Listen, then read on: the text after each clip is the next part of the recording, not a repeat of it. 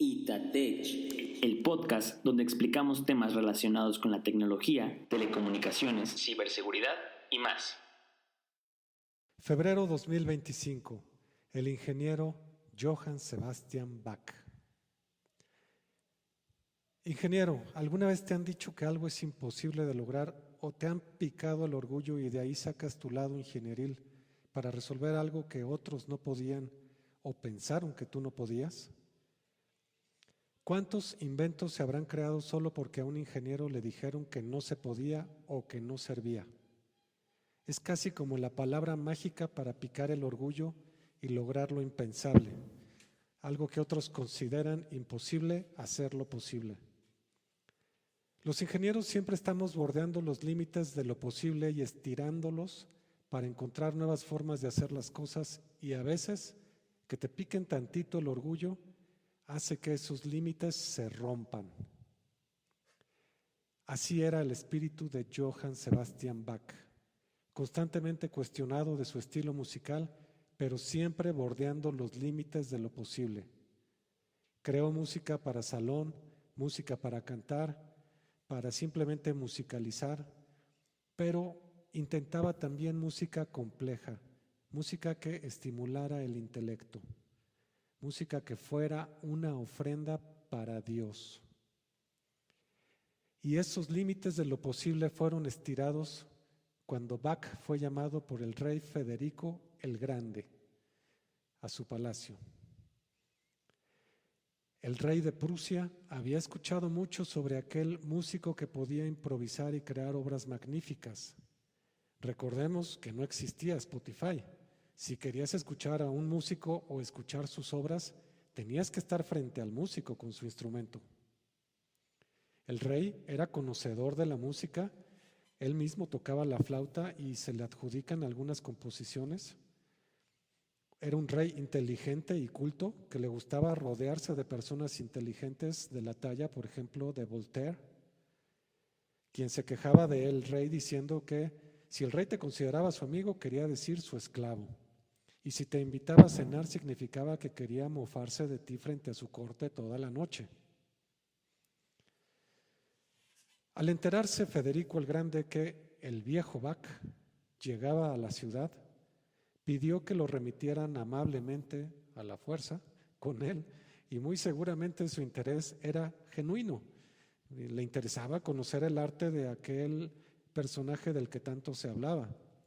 Se cuenta que al momento de conocerlo, lo primero que hizo fue enseñarle sus nuevos pianofortes, que en ese entonces el piano era una novedad porque estaba el clavecín, que era una especie de piano que a lo mejor lo han llegado a ver en alguna película, con las teclas invertidas en los colores, las teclas grandes negras y las pequeñas blancas. Y que funciona, el clavecín funciona a través como si fuera de una guitarra, o sea, con una especie de movimiento de cuerdas con una parte mecánica que las mueve, como con una plumilla, a eso me refiero. Y el pianoforte pues empezaba a surgir por aquella época como algo que implicaba ese martillo con el que se le pega las cuerdas de los pianos actuales. Algo empezaba a gestarse el piano. Entonces pues el rey llegó y le presentó sus pianos y le dijo: mira todos los pianos que tengo, y ya lo conocías, y empezó a presumirle sus instrumentos. Hasta que llegó el momento de escuchar al invitado, de escuchar a Bach, y lo invitó amablemente, a la fuerza, a tocar algo para él y para su corte, es decir, para sus cuates, para sus amigos. Y al parecer logró impresionarlo. Sin embargo, la naturaleza del rey era desafiar y encontrar los límites de las personas, y todo parece indicar que picó constantemente el orgullo de Bach. Le pidió que improvisara una fuga, que sería el equivalente, por así decirlo, a un rap, una improvisación donde tienes que usar, imagínense que fuera un rap donde tienes que usar la misma frase varias veces mientras elaboras una historia y hacer que el uso de esa frase encaje varias veces durante todo el entramado de la canción. Es decir, una fuga en términos musicales sería iniciar con una melodía base que va tomando su propio camino, pero esa misma melodía base se va repitiendo como acompañamiento, la va persiguiendo. Es como si dijéramos que la melodía principal se da la fuga y después llega esa misma melodía en otra tonalidad más abajo a perseguirla. Algo que es complicado de armonizar, es decir, de que suene bien y de que se logre un efecto agradable al sonido, ¿no? Pues si esto suena difícil, el rey no se lo iba a poner fácil a Bach. Le pidió que improvisara una fuga a partir de una melodía que el rey eligió.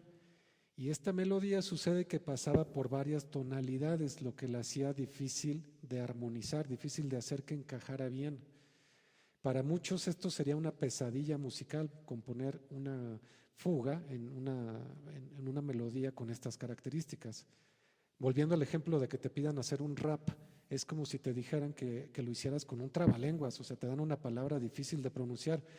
Eso lo haces por molestar, básicamente. En el blog asociado a este audio hay un video de un fragmento de una película de Bach donde se muestra, donde se ejemplifica, se hace una representación de este evento en particular. Estaría muy, muy, muy bien que lo vieran.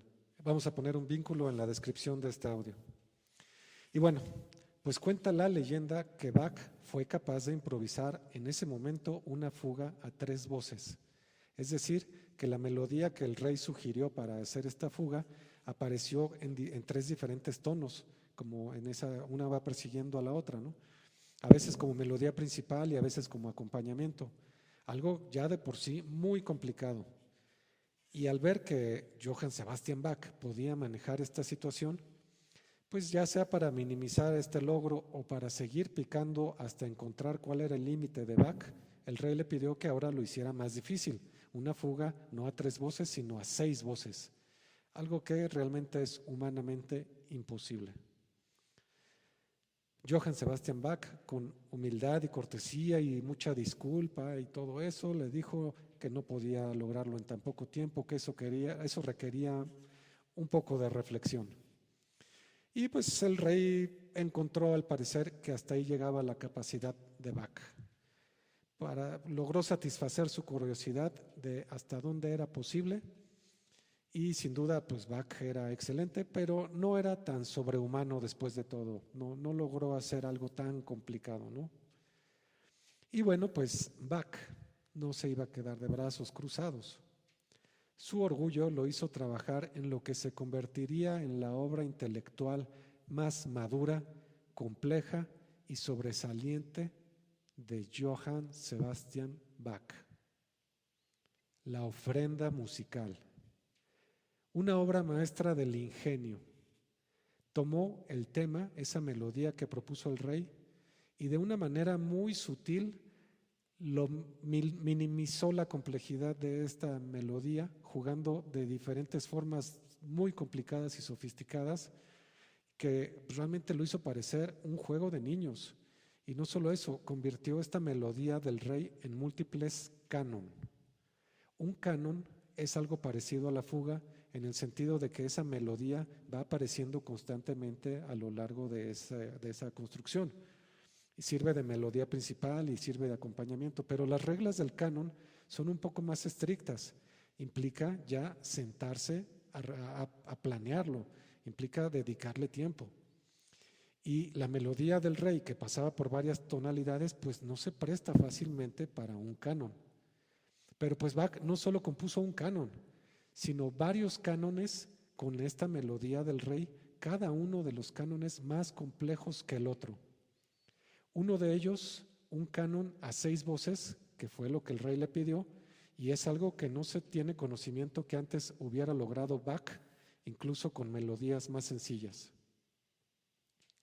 Y esto no quedó ahí. Para agregar más dificultad, envió al rey las partituras a manera de acertijos. De alguna forma, lo ponía en una encrucijada.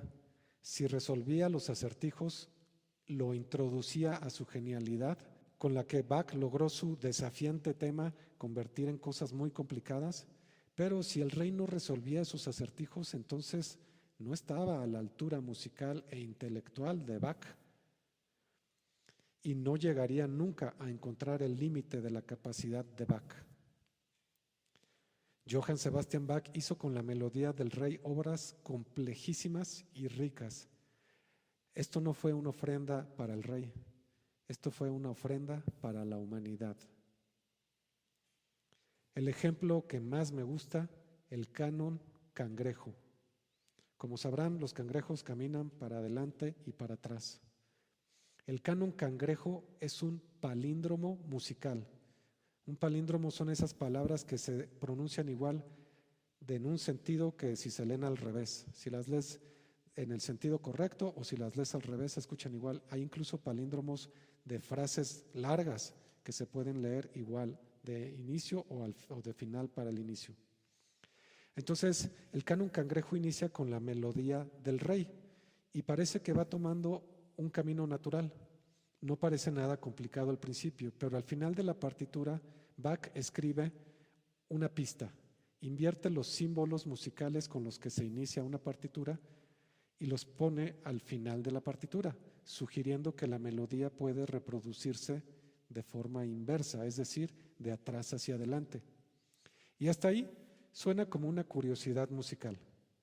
Pero lo abrumador es que si tocas de izquierda a derecha con una mano y al mismo tiempo de derecha a izquierda, es decir, del final hacia el inicio con la otra mano, ambas melodías opuestas se armonizan entre sí creando una especie de loop, de ciclo, que puedes verlo mucho más gráfico en el video que tenemos en el blog asociado, que vamos a poner el enlace en este audio.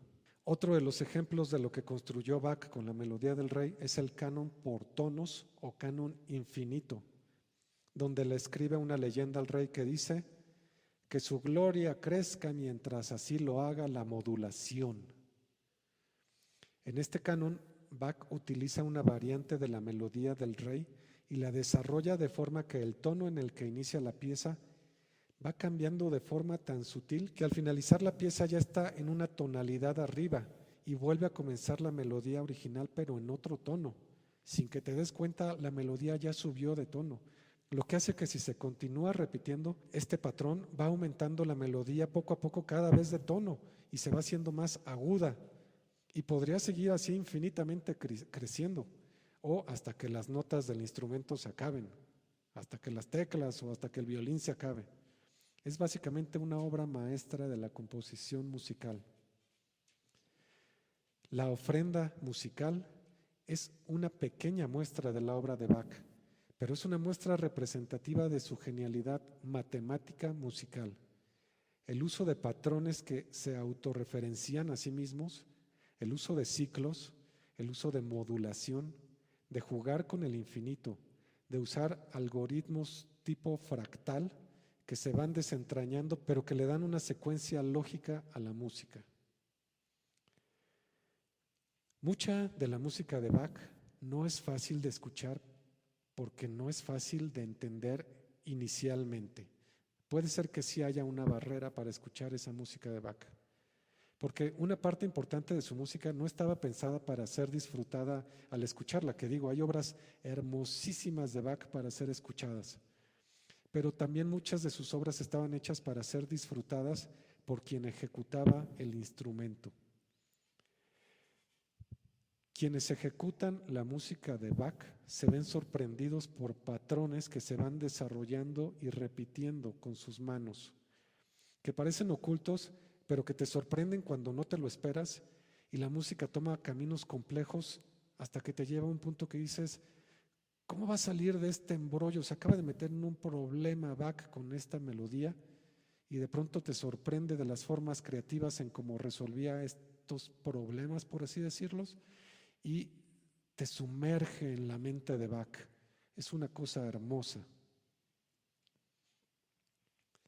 Definitivamente, tocar, interpretar la música de Bach te hace sorprenderte de la capacidad humana de explorar, de la búsqueda de nuestros límites y de nuestra capacidad de crear belleza. La música de Bach recuerda mucho a los conceptos lógicos y matemáticos que se usan en desarrollo de software. La música de Bach le fascina a físicos y matemáticos por su orden, por su elegancia, por su congruencia. El mismo Albert Einstein estaba obsesionado con su música.